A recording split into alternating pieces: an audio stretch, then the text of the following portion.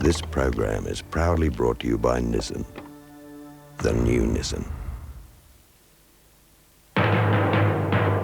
This is 10 Eyewitness News with Anne Fulwood.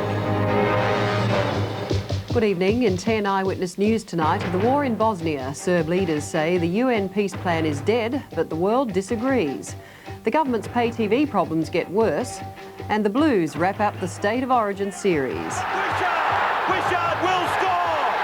Wishart scores for New South Wales! First, the growing push for peace in the Balkans, despite rejection by Bosnia's rebel Serbs of the Vance-Owen plan. About to go into effect, a new ceasefire signed by the Croats and Serbs to stop an outbreak of fighting on the Croatian border. In Moscow, Russia has pledged its support for deployment of additional UN peacekeepers in Bosnia. After talks with the peace negotiators, the Russians said they expected the UN Security Council would begin implementing the Vance-Owen peace plan within days. World leaders are making it clear that they regard as illegitimate the referendum that has just been conducted among Bosnia's Serbs. On the Serb front line overlooking the besieged city of Sarajevo, soldiers are changing shifts. These have come back from casting their votes in the referendum. Others are leaving to go and cast theirs. Even before the polls closed, it was clear which way the wind was blowing. Every soldier and civilian we asked said they would reject the Vance-Owen peace plan. No hope for this plan. And let us face reality. Those who signed the plan turned from being allies to be enemies. A sniper's war is how one commander described the fighting in Mostar. Sunday, that sniper's war exploded. Bosnian Croat forces unleashed artillery, rockets, and machine guns on Muslim positions. The aim of the Croat offensive appeared to be to force the Muslim troops to retreat from the main part of the city. UN protection forces had been trying for days to coax both sides into ending their power struggle and abiding by a ceasefire signed by their commanders. A part of that agreement was implemented as scores of Muslim civilians forced out of their homes a week ago, including all of the women and children, were released. Yes, I'm glad this is over. I'm glad it happened. I'm glad there's a war here, said this woman sarcastically. I'm glad our families are divided. Anyone with any sense would be a refugee from all this. As the buses dropped them off on city streets, they hurried toward their homes. With the battle raging, many found themselves near the front lines, along with the snipers. Most residents of this multi-ethnic city said all they wanted was for the fighting to end, for their lives to continue as before, and for the UN truce to hold. No one got that wish on Sunday.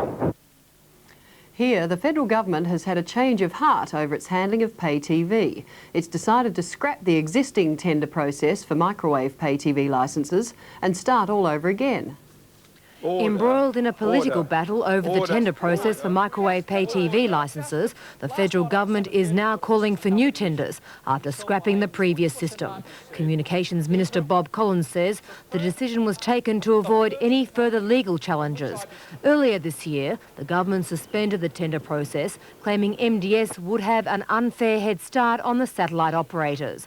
The move comes after the government decided last week to allow MDS technology once one satellite station was up and running.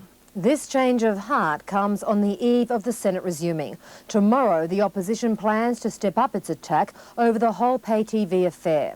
The move also comes in the midst of the Pierce inquiry into the tender process for satellite licences.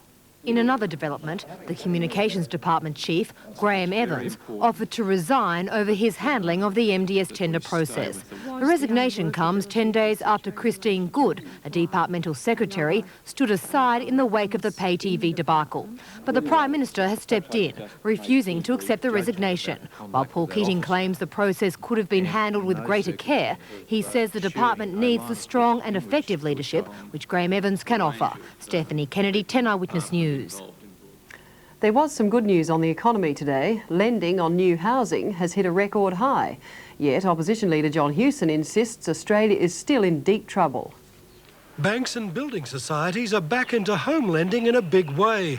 Low interest rates are proving irresistible to customers. In March, lending for homes increased 5.6%, financing 40,000 home purchases, a 23% improvement on a year ago. That's a monthly record of $3.2 billion for housing.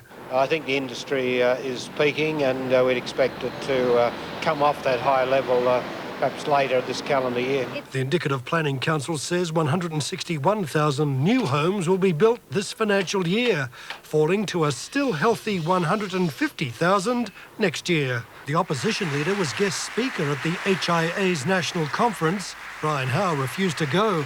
Dr. Hewson took the chance to score some political points. And surely it's about time we put jobs and home ownership and family security on the nationalist agenda. And well ahead, might I say, of the Republican debate. Dr. Hewson is under heavy pressure from within his own party to stick with the monarchy. On that, he continues to walk a tightrope, though he told the conference Australia can never be truly independent while its foreign debt is $200 million and growing. Paul Bongiorno, 10 Eyewitness News. It was the first day in a new office today for the first female Commonwealth Ombudsman. Philippa Smith, who will be in the job for 5 years, is concerned that only 1 in 2 Australians know of the Commonwealth Ombudsman. Today, from the office where complaints against the Federal Public Service are investigated, the new Ombudsman promised equal access to anyone wanting an avenue for resolving difficulties. There were no complaints from New South Wales supporters tonight after the Blues took out the State of Origin Rugby League series. The Blues beat Queensland 16-12 after trading 6-0 at half-time. They now lead the best-of-3 series 2-0.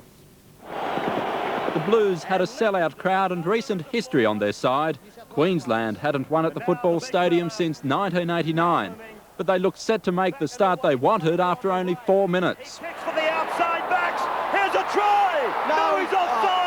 After missing a penalty in the 23rd minute, the Maroons bombed a seemingly certain try only moments later. Mal Meninga. Did he have the pass? Mal Meninga's blemish was catching. Adrian Brunker missed his second penalty, then Dale Shearer squandered another chance. Here comes the try.